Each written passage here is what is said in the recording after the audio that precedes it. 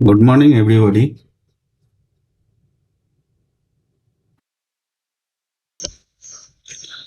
তো এখানে বাজার উম, গতকালকে যে চার্টটা আছে চার্টে হচ্ছে এই সেলিং হলো। এই রিট্রেসমেন্টটা কালকে আমরা ধরেছিলাম। এই রিট্রেসমেন্টটা আমরা প্রফিট করেছিলাম, তারপরে এই হচ্ছে বাজার সেলিংয়ে গেল। তাহলে এখানে সেলাররাই আছে। তো তাহলে সেলাররা আছে, মার্কেটের ডাইরেকশন অনুযায়ী আমাদের সেল করা উচিত। কিন্তু এখানে একটা জিনিস নোটিস করতে হবে, মার্কেট কিছুদিন ধরে রেঞ্জ বাউন্ড। তো মার্কেট কিছুদিন থেকে রেঞ্জ বাউন্ড, তাহলে এই সেলারদের সঙ্গে সেল করতে গেলে আমাদেরকে হয়তো ট্র্যাপ করতে পারে। আমরা ডেইলি এখানে একটা জিনিস দেখাচ্ছি। উম, আমরা ডেইলি মিনিট থেকে ডেইলি চার্টে চলে যাচ্ছি। ডেইলি চার্টে, হ্যাঁ, এই যে ডেইলি চার্টে দেখা যাচ্ছে মার্কেট কন্টিনিউ, মার্কেট কি করছে, এই যে একটা রেঞ্জ বানিয়েছে, এই একটা রেঞ্জ, মানে মার্কেট হচ্ছে এই ন্যারো রেঞ্জের মধ্যে একটা ট্রেড করছে। তো এইখানে আমরা এই পয়েন্টে যদি সেল করি, সেক্ষেত্রে মার্কেট রিভার্স হতে পারে, আমাদেরকে ট্র্যাপ করতে পারে। তো মার্কেট যেহেতু এই যে একটা ন্যারো রেঞ্জের মধ্যেই উপরে যাচ্ছে, ব্রেকআউট দিচ্ছে, আবার সেলিং হয়ে যাচ্ছে, দিয়ে আবার উপরে যাচ্ছে, আবার সেলিং হয়ে নিচে চলে যাচ্ছে। মার্কেট কয়েকদিন থেকে এরকমই করছে। উম, তাহলে আমাদেরকে এখানে কি করতে হবে, মার্কেট যেহেতু একটা রেঞ্জ বাউন্ড ট্রেড, তো এখানে যদি গ্যাপ আপ ওপেনিং দেয়, সেক্ষেত্রে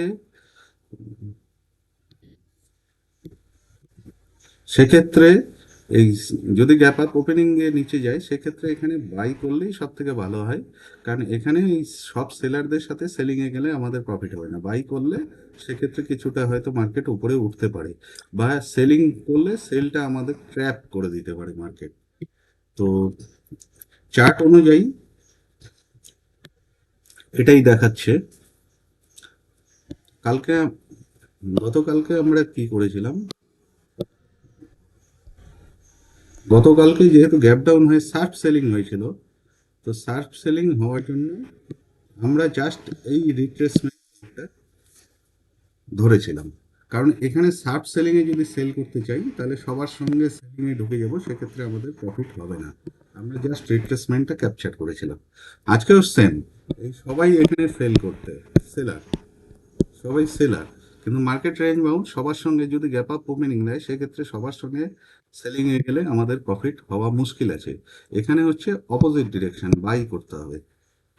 তো দেখা যাক এখন নিফটি, এটা bank Nifty chart, bank Nifty chart, Nifty Nifty চার্টও সেম, এই সেলিং এই আসছে।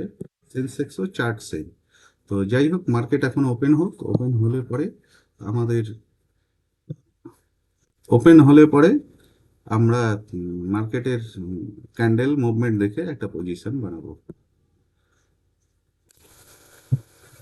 মার্কেট প্রি ওপেনিং এ flat to positive, Nifty 17 point, Sensex 40 point এবং ব্যাংক নিফটি 50 পয়েন্ট আপ। যেহেতু market pre opening up, market হয়তো এখানে ওপেনিং হয়েই সেলিং দিয়ে দিতে পারে। কিন্তু ডাইরেক্ট যদি গ্যাপ ডাউন ওপেনিং হতো, সেক্ষেত্রে আমরা কিন্তু সেলিংয়েই যেতাম, সেক্ষেত্রে আমরা বাইং পজিশন করতাম না। তখন এই সেলাররা কনফিডেন্স চলে আসতো, এরা পজিশন ছাড়তো না। তখন এই বায়ারদেরকেই টার্গেট করতে হতো। যাই হোক, মার্কেট ওপেন হোক, তারপরে দেখছি।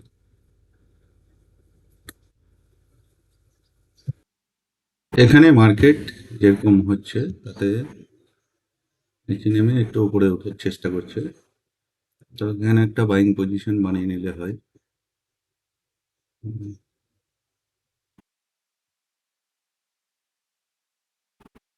আর 2-3 মিনিট অপেক্ষা করি, কি হয়।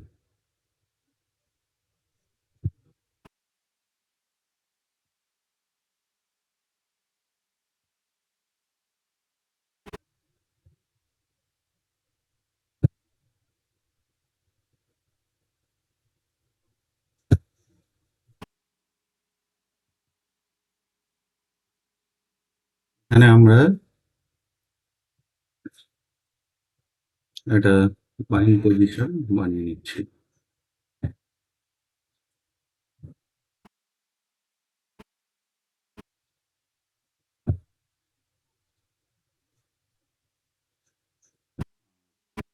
নিফটিতেও একটা বাইং পজিশন বানিয়ে নিচ্ছি,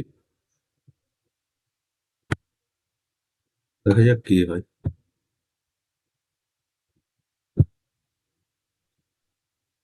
এখন অপেক্ষা করি, পজিশন বানানো হয়ে গেছে। এখানে আমরা কিছুটা লসে, তো এখানে চিন্তা ভাবনা করছি অ্যাভারেজ করা যায় কিনা। অ্যাভারেজ করলে এবার মুশকিল, সেক্ষেত্রে মানে স্টপ লসটা বড় হয়ে যায়। মার্কেট সেলিংয়েই যাওয়ার চেষ্টা করছে।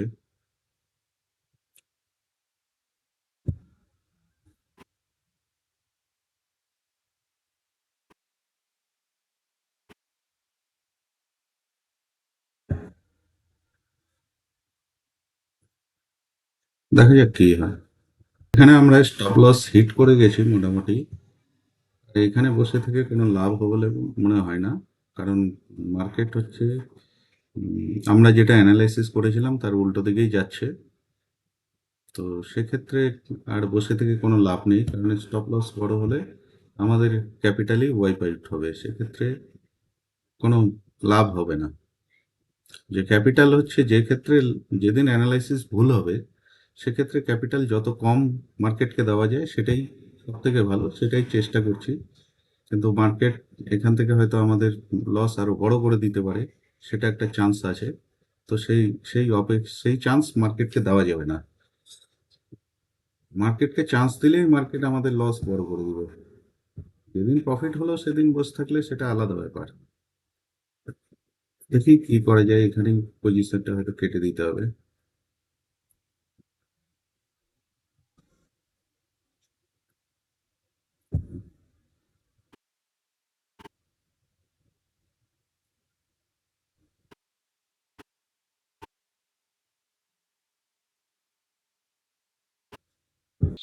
এখানে আমাদের লস অনেকটা কমে গেছে, তো এক্ষেত্রে আর অপেক্ষা করে লাভ নেই। এখানে এই পজিশনটা কেটে দিচ্ছি।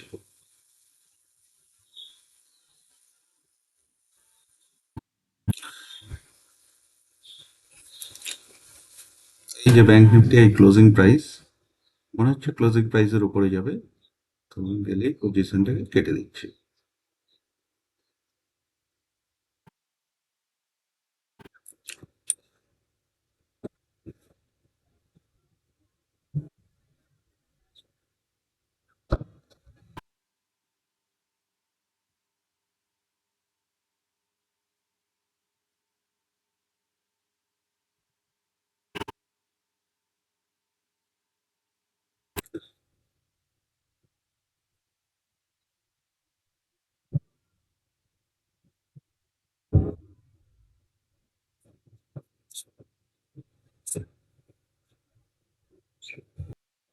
এখানে আমাদের লস অনেকটা কমে গেছে, তো এখানে আমরা পজিশনটা আর রাখবো না।